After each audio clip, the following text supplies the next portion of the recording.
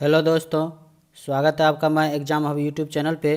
तो आज के इस वीडियो में हम लोग डिस्कस करेंगे बीपीएससी मेंस के लिए। आज का टॉपिक है जीएस पेपर 2 का है और सेक्शन जो है आपका जो है वो है पॉलिटी, और पॉलिटी के अंदर भी है गवर्नेंस, शासन के अंतर्गत जो है राजनीति शास्त्र में शासन के अंतर्गत जो है आज का टॉपिक डिस्कस करेंगे। तो आज है केंद्र राज्य संबंध। क्या है केंद्र राज्य संबंध? सेंटर और स्टेट के बीच में क्या रिलेशन होता है, इसके सारे इंपॉर्टेंट पॉइंट टू पॉइंट और सारे फैक्ट जो हैं डिस्कस करेंगे आज के इस वीडियो में। उम्मीद करते हैं ये वीडियो जो है आपके लिए बीपीएससी मेंस एग्जाम के लिए यूजफुल होगा और आपको पसंद आएगा ये वीडियो। इससे पहले जो है जीएस पेपर 1 से संबंधित बहुत सारे जो हैं वीडियो अपलोड किए जा चुके हैं। अगर आप नहीं देखें तो उसको भी देख सकते हैं, प्ले लिस्ट में खोजना है आपको मिल जाएगा। और इस वीडियो से संबंधित आपको पीडीएफ चाहिए तो जो है आपको माई एग्ज़ाम हब के नाम से टेलीग्राम चैनल मिल जाएगा। माई एग्ज़ाम हब के नाम से टेलीग्राम चैनल है, आप उसको ज्वाइन कर सकते हैं। डिस्क्रिप्शन में जो है आपको लिंक दे दिया जाएगा और वहाँ से आप पीडीएफ आपको प्रोवाइड कर दिया जाएगा। उम्मीद करते हैं ये वीडियो जो है आपके लिए यूजफुल होगा। तो चलिए डिस्कस करते हैं आज के इस वीडियो में क्या क्या इंपॉर्टेंट केंद्र राज्य संबंध के बारे में फैक्ट हैं सारे। चलिए देखते हैं केंद्र राज्य संबंध के। सबसे पहले देखते हैं BR अम्बेडकर के द्वारा क्या कोटेशन दिया गया है। यद्यपि प्रशासन की सुविधा के लिए देश और नागरिकों को अलग अलग राज्यों में विभाजित किया जा सकता है, लेकिन देश पूर्णतः अविभाज्य है। देश जो है वो पूर्णतः अविभाज्य है। इसके लिए इसके लोग एकल परम सत्ता के अंतर्गत रहने वाले प्रत्येक व्यक्ति एकल स्रोत से व्युत्पन्न हैं। ये जो है डॉक्टर भीमराव अंबेडकर के द्वारा ये कहा गया है, यह ध्यान रखना है आपको इस बात का। चलिए आगे डिस्कस करते हैं इस पे बेस्ड। भारत में जो है औपनिवेशिक शासन, स्वाधीनता दमन और आर्थिक शोषण का इतिहास है। शुरू से जो औपनिवेशिक शासन हुआ अंग्रेजों के द्वारा, स्वाधीनता दमन हुआ, आर्थिक शोषण हुआ यहाँ के लोगों का, और इससे निपटने के लिए हमारे संस्थापक जनकों ने एक मजबूत केंद्र के साथ राज्यों के संघ का चयन किया। ओके, ताकि यह सुनिश्चित किया जा सके कि देश को अपनी अखंडता के लिए फिर से किसी चुनौती का सामना न करना पड़े। ये सारे जो है फैक्ट जो है आर्थिक शोषण, औपनिवेशिक शासन, इस सब के से फिर से ऐसा ना घटना घट जाए कि इसका आर्थिक शोषण हो इंडिया का। तो इसको सुनिश्चित करने के लिए जो है हमारे संस्थापक जनों ने, जिन्होंने संविधान बनाया, वो एक मजबूत केंद्र के साथ जो है राज्यों का संघ का चयन किया, ताकि सुनिश्चित किया जा सके देश को जो है अपनी अखंडता के लिए फिर से किसी चुनौती का सामना ना करना पड़े। तो ये था। चलिए देखते हैं आगे। भारत में केंद्र राज्य संबंधों का अध्ययन जो हम लोग करेंगे वो निम्नलिखित शीर्षों के अंतर्गत किसके इसके विधायी संबंध के बेस पे, प्रशासनिक संबंध के बेस पे और वित्तीय संबंध के बेस पे, इन तीनों के बेस पे जो है केंद्र राज्य संबंधों का अध्ययन करेंगे हम लोग आगे। ओके, तो सबसे पहला है विधायी संबंध। सबसे पहला है विधायी संबंध। विधायी संबंध जो है संविधान के अनुच्छेद 245 से 255 भाग 11 केंद्र एवं राज्यों के बीच विधायी संबंधों से संबंधित है। ये इंपॉर्टेंट है, याद रखना आपको। संविधान के अनुच्छेद 245 से 255 और भाग 11 में ये विधायी संबंध से संबंधित दिया गया है। प्रादेशिक सीमा, इसी के अंतर्गत है। प्रादेशिक सीमा जो है वो किस तरह से काम करेगा। संसद को भारत के किसी भी क्षेत्र या क्षेत्र के किसी हिस्से के लिए कानून बनाने या संशोधित करने का अधिकार है। तो ये किसको है? केंद्र को। भारत के क्षेत्र में वो राज्य, संघ क्षेत्र और अन्य क्षेत्र शामिल हैं जो भारत के क्षेत्र में उस समय शामिल किए गए थे, जबकि राज्य विधायिका पूरे या राज्य के किसी भी हिस्से के लिए कानून बना सकती है। इस बात का आपको ध्यान रखना है। जो केंद्र का है, जो उस टाइम जो शामिल किया गया था, वो भारत के राज्य, संघ क्षेत्र और अन्य क्षेत्र जो भी शामिल किए गए थे उस समय आज़ादी के टाइम के बाद जो है, तो उस पर जो है समय कानून बना सकता है। लेकिन जबकि जो है राज्य विधायिका पूरे या राज्य के किसी भी हिस्से के लिए कानून बना सकती है। इस बात का आपको ध्यान रखना है। इसके अतिरिक्त संसद केवल अतिरिक्त क्षेत्रीय कानून बना सकती है। इस प्रकार संसद के कानून भारत के नागरिकों और दुनिया के किसी भी हिस्सों में उनकी संपत्ति पर लागू होते हैं। इस बात का आपको ध्यान रखना है, इंपॉर्टेंट फैक्ट है।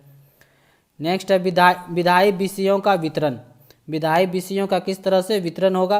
केंद्र विशेष रूप से संघ सूची में दिए गए विषयों पर कानून बना सकता है। केंद्र जो है वह संघ सूची पे विशेष रूप से कानून बनाने का अधिकार है उसको, संघ को। राज्य जो है विशेष रूप से राज्य सूची में दिए गए विषयों पर कानून बना सकते हैं। और केंद्र एवं राज्य दोनों समवर्ती सूची पे, किस पे? समवर्ती सूची में दिए गए विषयों पर कानून बना सकते हैं। इंपॉर्टेंट है, याद रखना है। लेकिन केंद्र के कानून अधिक प्रबल होंगे।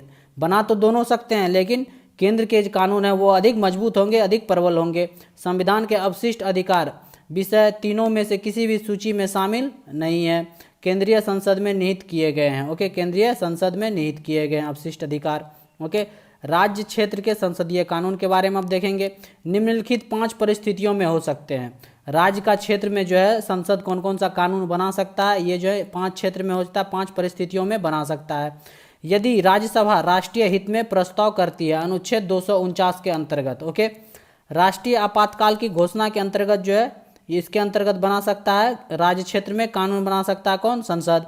तो अनुच्छेद ये 250 के अंतर्गत याद रखना है। अंतर्राष्ट्रीय समझौतों को लागू करना, अनुच्छेद 253। जब राज्य अनुरोध करते हों, जब राज्य अनुरोध करता है केंद्र से कि नहीं यहाँ पे कानून बनाना है आपको इस क्षेत्र में, तो अनुच्छेद 252 के अंतर्गत याद रखना है। राष्ट्रपति शासन की घोषणा के अंतर्गत अनुच्छेद 356। ये पांचों जो है फैक्ट आपको अनुच्छेद जो है याद कर लेने हैं, इंपॉर्टेंट है, ये सारे अच्छे से याद कर लेने हैं आपको। अब देखते हैं राज्य विधानमंडल पर केंद्र का नियंत्रण। राज्य विधानमंडल पर जो है केंद्र का किस तरह से नियंत्रण होता है। संविधान के केंद्र को निम्नलिखित तरीके से कुछ निश्चित मामलों में राज्य विधानमंडल पर नियंत्रण रखने का अधिकार दिया है। यह संविधान के द्वारा दिया गया है केंद्र को। पहला है राज्यपाल राज्य विधानमंडल द्वारा पारित कुछ निश्चित विधेयकों को राष्ट्रपति के विचार के लिए आरक्षित कर सकता है और राष्ट्रपति को ऐसे विधेयकों पर वीटो शक्ति प्राप्त होती है। तो ये पहला हो गया कि ये राज्यपाल के द्वारा जो है केंद्र जो है राज्य विधानमंडल में जो भी विधेयक पारित हुए हैं उसको राष्ट्रपति के लिए जो है आरक्षित रख सकता है और राष्ट्रपति को जो है ऐसे विधेयक पर जो है वीटो शक्ति प्राप्त है, उसको रोक सकता है, चाहे पास कर सकता है, कुछ भी कर सकता है, ये राष्ट्रपति के फेवर में होगा। ओके, नेक्स्ट देखते हैं। राज्य सूची में दिए गए विधेयकों को राज्य विधानमंडल में केवल राष्ट्रपति की प्रारंभिक मंजूरी के साथ शामिल किया जा सकता है, जैसे व्यापार और वाणिज्य की स्वतंत्रता पर प्रतिबंध लगाना। नेक्स्ट है राष्ट्रपति राज्यों को वित्तीय आपातकाल के दौरान राज्य विधानमंडल द्वारा पारित धन विधेयक और अन्य ऐसे विधेयक को अपने विचार के लिए आरक्षित करने का निर्देश दे सकता है। वित्तीय आपातकाल के दौरान जो है राष्ट्रपति जो है राज्य विधानमंडल द्वारा पारित धन विधेयक और अन्य ऐसे वित्त विधेयक को, कोई भी वित्त विधेयक हो या धन विधेयक हो, उसके लिए विचार के लिए आरक्षित रख सकता है राष्ट्रपति। ये जो है केंद्र के हाथ में है, ये सारे फैक्ट जो है नियंत्रण रखने का अधिकार है केंद्र के द्वारा। ओके, अब देखते हैं हम लोग प्रशासनिक संबंध।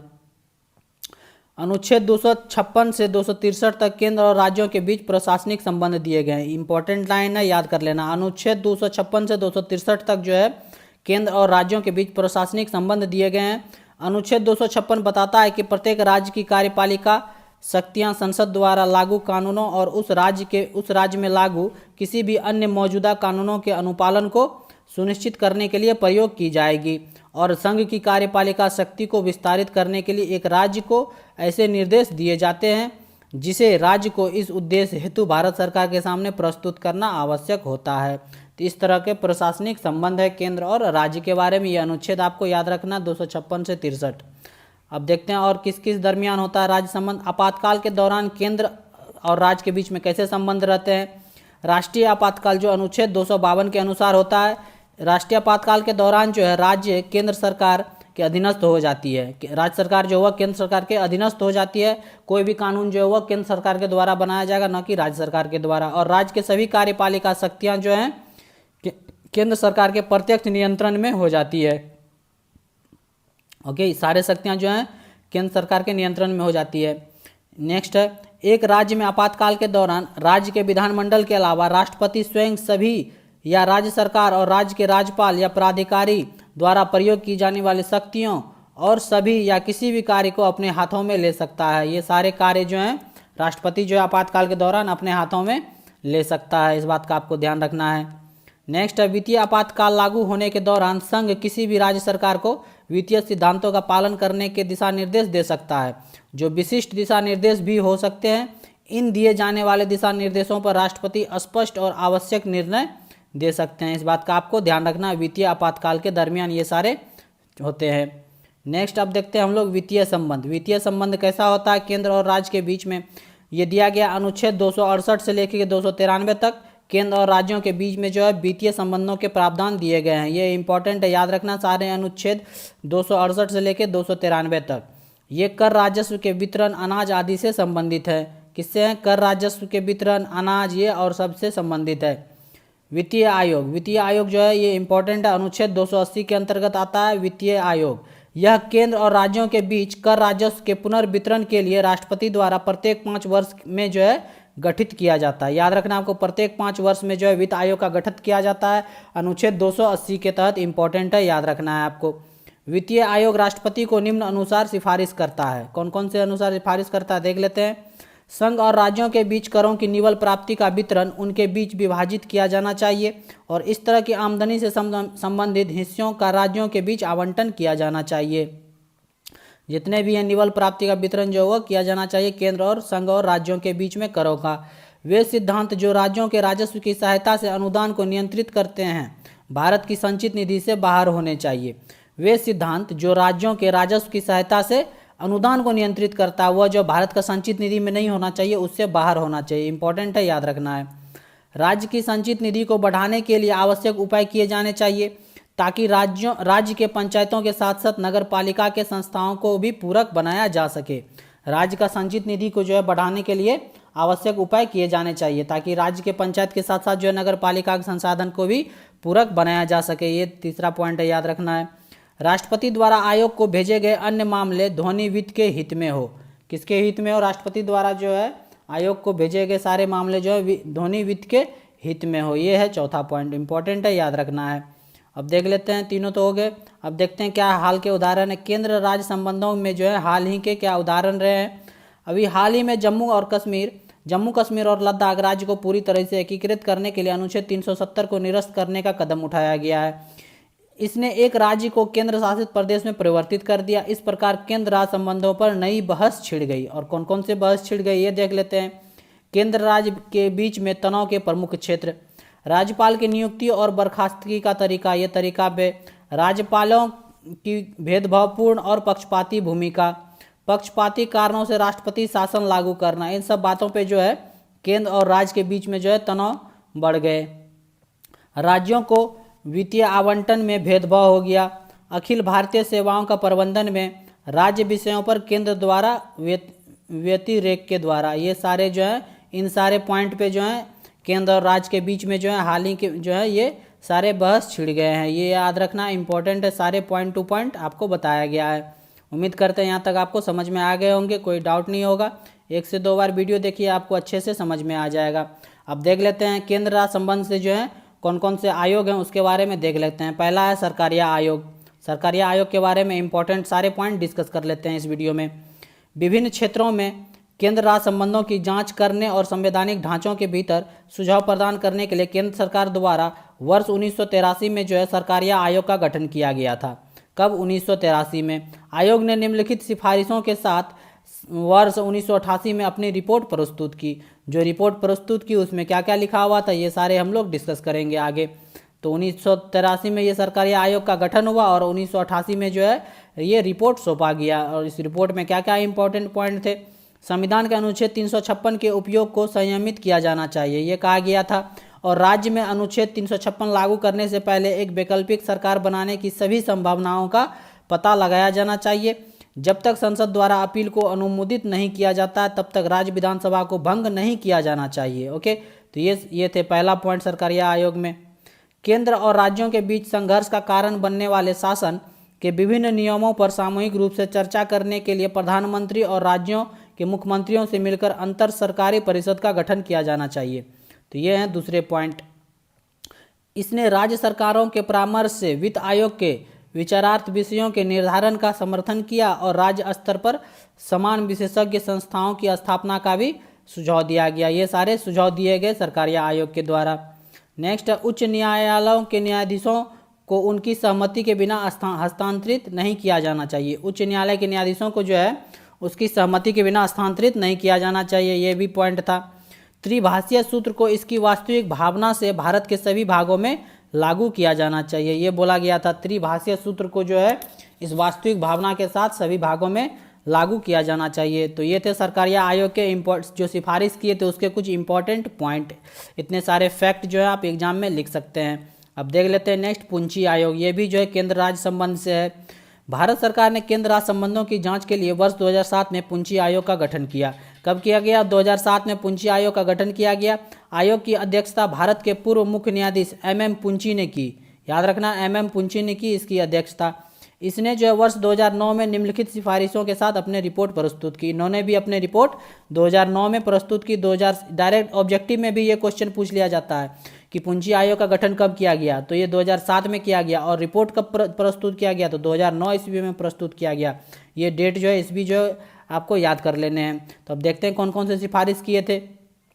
इसने राज्यपाल को 5 वर्ष का निश्चित कार्यकाल प्रदान करने और राज्य विधानमंडल द्वारा महाभियोग की प्रक्रिया राष्ट्रपति के समान माध्यम से हटाने की सिफारिश की थी। ये सिफारिश किए थे कि राज्यपाल का जो है 5 वर्ष का निश्चित कार्यकाल हो और इसका भी प्रक्रिया वैसा ही जैसा कि राष्ट्रपति को हटाने का प्रक्रिया है, महाभियोग का प्रक्रिया उसी के समान राज्यपाल का भी हो। ये पहला सिफारिश था। राज्यपाल के पास मंत्री परिषद की सलाह के विरुद्ध किसी भी मंत्री के खिलाफ मुकदमा चलाने की मंजूरी देने का अधिकार होना चाहिए। यह था दूसरा।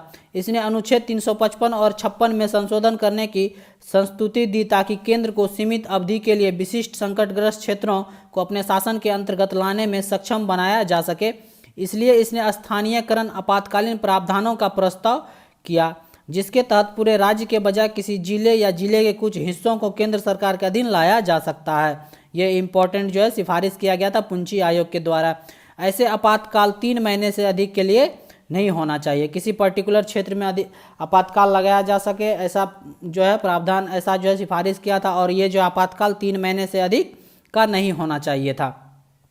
नेक्स्ट, रिपोर्ट में यह भी प्रस्तावित किया गया कि सांप्रदायिक संघर्ष के मामले में केंद्र के पास राज्य की सहमति के बिना 1 सप्ताह की अल्प अवधि के लिए अपनी सेनाओं को तैनात करने की शक्ति होना चाहिए।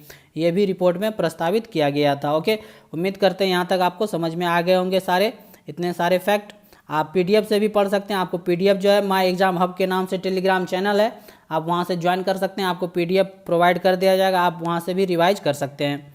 अब इतना तो हो गया पुंची आयोग का। अब लास्ट में क्या है, संवैधानिक योजना अपने मूल सिद्धांतों में स्पष्ट है और वैश्वीकरण, तकनीकी विकास और सुरक्षा खतरों से उत्पन्न चुनौतियों का सामना कर सकती है, बशर्ते कि केंद्र, राज्य और स्थानीय सरकार पर राजनीतिक नेतृत्व संविधान की भावना में शासन को व्यवस्थित करे। ये सारे मिलके जो है केंद्र, राज्य और स्थानीय सरकार जो है राजनीतिक नेतृत्व संविधान के भावना को शासन से अच्छे से ढंग से चलाए और केंद्र राज्य के बीच में संबंध अच्छा हो ताकि जो है देश का सही ढंग से विकास हो सके। तो ये सारे फैक्ट थे सेंटर स्टेट रिलेशन के बारे में, आप इतना लिख सकते हैं। उम्मीद करते हैं ये वीडियो जो आपके लिए यूजफुल होगा। आपके BPSC mains GS paper 2 section के अंदर जो है ये जो है वीडियो इंपॉर्टेंट होगा। तो कैसा लगा वीडियो ये कमेंट करके आप ज़रूर बता सकते हैं। यदि कोई भी एरर हो तो वो भी आप डिनोट कर सकते हैं कि कहाँ पे कौन सा एरर रह गया। ओके, उम्मीद करते हैं वीडियो आपको पसंद आएगा। यदि वीडियो पसंद आए तो लाइक कर दीजिएगा और चैनल पे नए हैं तो सब्सक्राइब कर लीजिएगा और ज़्यादा से ज़्यादा अपने दोस्तों को शेयर कीजिए, ज़्यादा से ज़्यादा सब्सक्राइब कराइए। इससे जो है और ज़्यादा से ज़्यादा लोग को बेनिफिट हो सकेगा। आप अपना सपोर्ट प्रॉपर रूप से दीजिए, हम भी जो है कंटिन्यू वीडियो आपको प्रोवाइड करते रहेंगे इस तरह का। तो मिलते हैं नेक्स्ट वीडियो में, देखते रहिए my exam hub YouTube channel. Thank you for watching.